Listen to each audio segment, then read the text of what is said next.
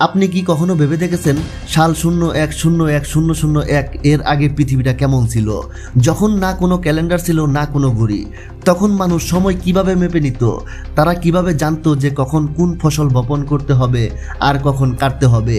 মানব ইতিহাসে একটা সময় ছিল যখন এই পৃথিবীতে কোনো তারিখ ছিল না, কোনো সাল ছিল না, কোনো মাসও ছিল না। তবু কিছু মানুষ জানতো কোন দিন শুভ আর কোন দিন অশুভ। আর আপনি কি কখনো ভেবেছেন একটা বছরে ঠিক 365 দিন কেন থাকে? আর কেনই বা বছরে 12টা মাস হয়? এই প্রশ্নের উত্তর এত সহজ না, কারণ এর উত্তর লুকিয়ে আছে বিজ্ঞান আর প্রাচীন সভ্যতার শিকড়ে। এই ভিডিওতে আমরা সময়ের অনেক পেছনে ফিরে যাব, সেখানে যেখানে কোনো ক্যালেন্ডার ছিল না, কোনো নির্দিষ্ট তারিখ ছিল না, সেখানে সময় দেখা হতো না, অনুভব করা হতো। কারণ এটা শুধু সময়ের গল্প না, এটা মানুষের চিন্তা, কল্পনা আর তার অস্তিত্বের গল্প। আর একটা সতর্কতা, এই ভিডিওতে আপনি যা জানবেন তা হয়তো আপনার সময় নিয়ে আজ পর্যন্ত ধারণাটাকেই পাল্টে দেবে। স্বাগতম আপনাদের এই ভিডিওতে। একটা প্রশ্ন যার পুরোপুরি উত্তর আজ পর্যন্ত কোনো ঐতিহাসিক বা বিজ্ঞানীর কাছে নেই। প্রশ্নটা হলো, ঘড়ি কবে তৈরি হলো? আর আসল প্রশ্ন হলো, যখন ঘড়ি ছিলই না তখন মানুষ সময় কিভাবে বুঝতো? ভাবুন তো, আপনি এমন একটা জগতে ঘুম থেকে উঠলেন যেখানে কোনো তারিখ নেই, কোনো সোমবার নেই, কোনো নতুন বছর নেই, না কোনো ঘড়ি, না কোনো ক্যালেন্ডার। আপনাকে কেউ বলবে না আজ কিসের দিন, এমনকি এখন কোন সাল চলছে সেটাও আপনি জানবেন না। তখন সেই জগতে আপনার জন্য জীবনটা কেমন হতো? আপনি আপনার ভ্রমণ বা মিটিং কিভাবে ঠিক করতেন? আপনার জন্মদিন কখন উদযাপন করতেন? নতুন বছরের আনন্দ কবে করতেন? আপনি কিভাবে ঠিক করতেন কবে আপনাকে উৎসব পালন করতে হবে? কিন্তু যখন আপনি আপনার চারপাশের মানুষদের দেখতেন, তখন দেখতেন তারা ঠিকই বেঁচে আছে, মাঠে চাষ করছে, ভবিষ্যৎ পরিকল্পনা করছে, এমনকি যুদ্ধের তারিখও নির্ধারণ করছে। তাহলে প্রশ্ন হলো, যখন 1 জানুয়ারি সাল 0001ও আসেনি, তখন মানুষ সময়কে কিভাবে বুঝতো? তাদের কাছে তো কোনো ডিজিটাল ঘড়ি ছিল না, তাও তারা বুঝে নিত কখন কোন উৎসব পালন করতে হবে। কিভাবে? তারা কি আকাশের তারা গ্রহদের সঙ্গে কথা বলতো, নাকি তাদের কাছে ছিল এমন কোনো রহস্যময় জ্ঞান যা আমরা আজ হারিয়ে ফেলেছি? অনেকেই বিশ্বাস করে আমাদের পূর্বপুরুষদের কাছে এমন কোনো গোপন জ্ঞান ছিল যা সময়ের সঙ্গে হারিয়ে গেছে। কিন্তু প্রশ্ন হলো, আমরা কি সেই জ্ঞানকে আবার ফিরে পেতে পারি? আপনি কি কখনো অনুভব করেছেন ঘড়ির টিকটক শব্দ যেন আমাদের আত্মার উপর স্পন্দন করে? আমরা ভাবি আমরা সময়কে মাপি, কিন্তু আসল সত্য কি এটা নয় যে সময় আমাদেরকে মাপে? আমরা ভাবি সময়ের সূচনা হয়েছে জানুয়ারি 1001 সাল থেকে, কিন্তু এটা তো সেই সময় যখন মানুষ প্রথমবার সময়কে বেঁধে ফেলার চেষ্টা করছিল। অ্যাকচুয়ালি সময় তো আরো অনেক আগেই নিঃশ্বাস নিতে শুরু করেছিল, শুধু কেউ তখন তার ভাষা বুঝতো না। হাজার হাজার বছর আগে যখন মানুষ আকাশের দিকে তাকাতো, তখন তারা কিছু পরিবর্তন অনুভব করত। রাতের চাঁদ দিনে দিনে বড় বা ছোট হতো, সূর্য একদিকে উঠে অন্যদিকে অস্ত যেত, রাতের তারারা তাদের অবস্থান বদলাতো। আকাশের এই সব পরিবর্তন, এটাই ছিল সময়ের অনুভব, যেটাকে আজ আমরা ঘড়ি বলি। সেটা তখন কোনো ধাতুর যন্ত্র ছিল না, না কোনো কম্পাস, তখন ছিল কেবল পাথর। আপনি হয়তো ভাবছেন, পাথর দিয়ে আবার সময় মাপা যায় কিভাবে? এর উত্তর আরো বিস্ময়কর। প্রাচীন সভ্যতাগুলো এমন বিশাল পাথর খাড়া করেছিল যেগুলো রাখা হতো সূর্যের ছায়ার দিক অনুযায়ী, কোনো দিক নির্ণয়ের ভিত্তিতে নয়।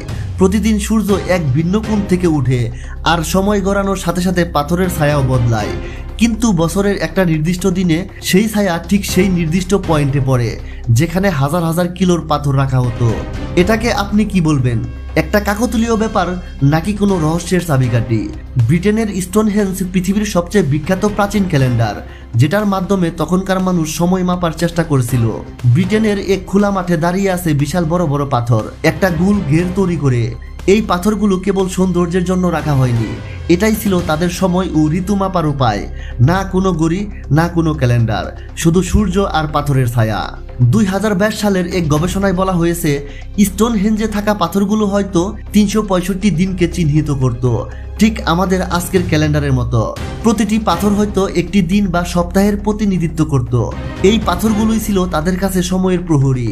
তাই যখন আপনি স্টোনহেঞ্জের ছবি দেখবেন, একে শুধু পাথরের একটা গঠন ভাববেন না, এটা ছিল এক প্রাচীন বৈজ্ঞানিক বিস্ময়, একটা অসাধারণ ক্যালেন্ডার যা সময়কে বন্দি করেছিল পাথরে। কিন্তু আপনি কি জানেন, ভারতেও এমন অনেক জায়গা আছে যেখানে সূর্য ও গণিতের এক যুগলবন্দি বহু হাজার হাজার বছর আগে থেকেই ব্যবহার হয়েছে। ভারতের মন্দিরগুলো শুধু পূজার স্থান ছিল না, তা ছিল সময়ের কেন্দ্র। আপনার কি মনে হয় কোণার্কের সূর্য মন্দির কেবল দেবতার আরাধনার জন্য তৈরি হয়েছিল, নাকি এটা ছিল এক প্রাচীন টাইম মেশিন যা দিন তারিখ সব হিসেব করতে পারত? সমুদ্রের ঢেউ থেকে কিছু কিলোমিটার দূরে উড়িষ্যাতে দাঁড়িয়ে আছে এই মন্দির, যাকে মানুষ সূর্যদেবের রথ বলে। এই মন্দির এমনভাবে তৈরি যাতে বছরের নির্দিষ্ট 2 দিনে সূর্যের রশ্মি মন্দিরের গর্ভগৃহে এমনভাবে প্রবেশ করে যেন সেটা কোনো বৈজ্ঞানিক ল্যাবরেটরিতে আলো নিয়ন্ত্রণ করা হচ্ছে। সূর্যদেবের এই রথে আছে 12টা চাকা, 7টি ঘোড়া আর এক রহস্য, যেটা শতাব্দীর পর শতাব্দী ধরে লুকিয়ে আছে। প্রতিটি চাকা একটি মাসের প্রতীক, আর প্রতিটি চাকায় 8টা সিলি আছে যা দিনের 8টি প্রহরকে চিহ্নিত করে। আপনাকে জানিয়ে রাখি, আজ আমরা যেমন ঘন্টার হিসাব সময় মাপি, তেমনি প্রাচীন ভারতে সময় মাপা হতো প্রহর অনুযায়ী। বন্ধুরা, এবার শুনুন এক অসাধারণ বিষয়। এই চাকাগুলোর উপর সূর্যের ছায়া পড়ে, আর তা দেখে দিনের সময় জানা যেত। যখন পুরো পৃথিবী এখনো ঘড়ি বানাতে শিখেনি, তখন আমাদের পূর্বপুরুষেরা পাথরের ছায়া পড়ে সময় বুঝে নিতেন। এটা কোনো কল্পনা শিল্প না, এটা ছিল বিজ্ঞান, আর তাও আমাদেরই দেশের মাটিতে। এটা শুধুই শিল্প নয়, এটা ছিল টাইম ইঞ্জিনিয়ারিং। ভাবুন তো একবার, 5000 বছর আগে কোনো এক গোষ্ঠীতে তুমি একজন তরুণ, আর তোমাকে বলা হয়েছে যখন সূর্যের ছায়া সেই তৃতীয় পাথরটিকে ছুঁয়ে যাবে তখনই নতুন ঋতু শুরু হবে। কোনো ঘড়ি নেই, কোনো মোবাইল অ্যালার্ট নেই, শুধু একটা ছায়া, আর তার উপর নির্ভর করেছে তোমার পুরো সভ্যতার ভবিষ্যৎ। এখন প্রশ্ন হচ্ছে, প্রাচীনকালে পাথরও সময়ের ভাষা বলতো, কিন্তু সেই ভাষা কি আজও জীবিত আছে, নাকি আমরা সেই জ্ঞান হারিয়ে ফেলেছি আর এখন কেবল যন্ত্রের উপর নির্ভরশীল হয়ে গেছি? যখন প্রাচীন মানুষ প্রথম আকাশের দিকে তাকায়, সে অনুভব করে কিছু আছে যা প্রতিদিন বদলায়।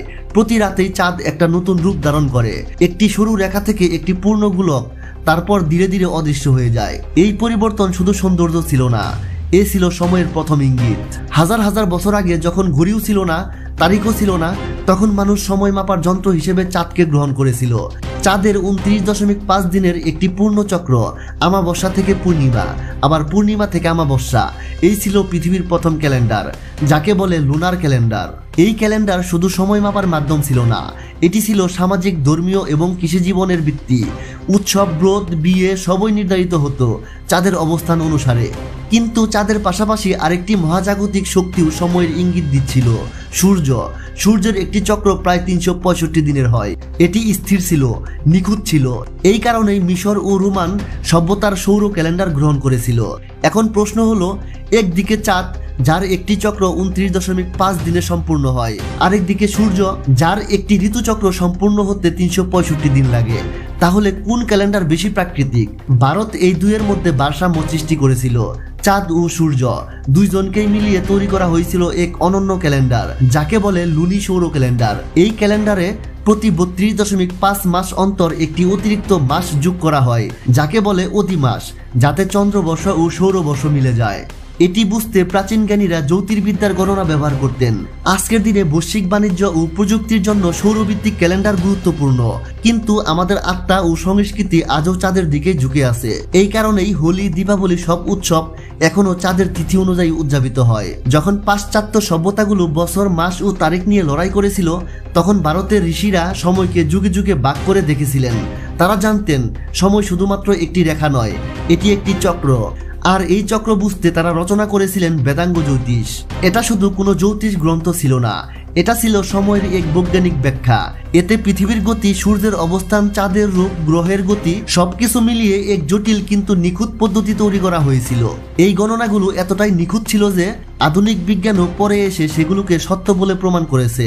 প্রাচীন ভারতে ঋষিরা সময়কে শুধু মুহূর্ত বলে গণ্য করেননি, তারা একে শক্তির প্রবাহ বলে মনে করতেন।